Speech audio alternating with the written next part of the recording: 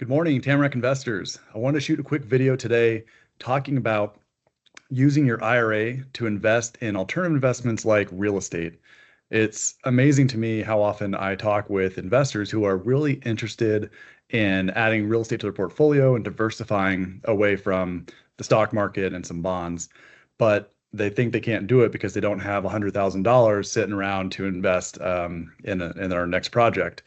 And so when I start asking them what they're doing with their IRAs, they kind of stare at me like, well, what do you mean? That's kind of invest in the S&P 500.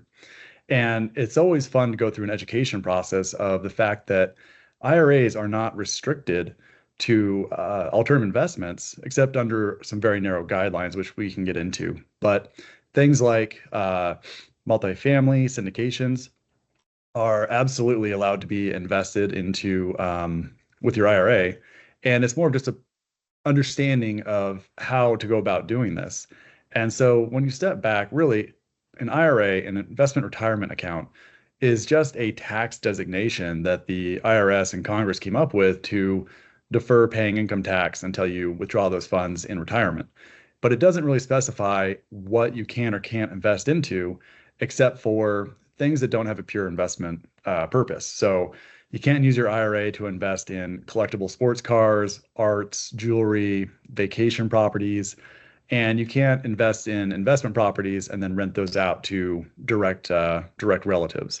But everything else that is really for pure investment purposes is fair game. And so first, you need to step back and understand, how is your IRA funds being held? And they're held through something called a custodian. So think of this as Vanguard, Fidelity, Charles Schwab.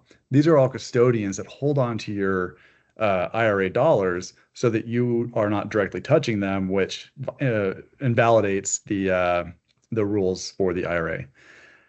Most custodians are focused on traditional public market assets, things like individual stocks, bonds, mutual funds. It's kind of the bread and butter and what 99% of IRAs are invested in with those custodians.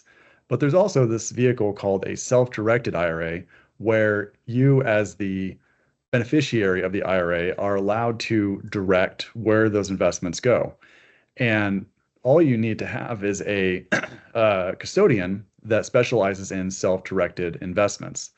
And I've done this with dozens and dozens of investors. I have found that I really like Madison Trust, but there's a lot of other good ones out there. But I wanted to walk through the process of what this looks like. So we have a simple guide here, and it really comes down to four steps. The first is deciding that you want to use your IRA to invest into alternatives like real estate and choosing a custodian. We have worked with Madison Trust a lot, and we have a very smooth process of getting those accounts opened and getting them funded, which is step two.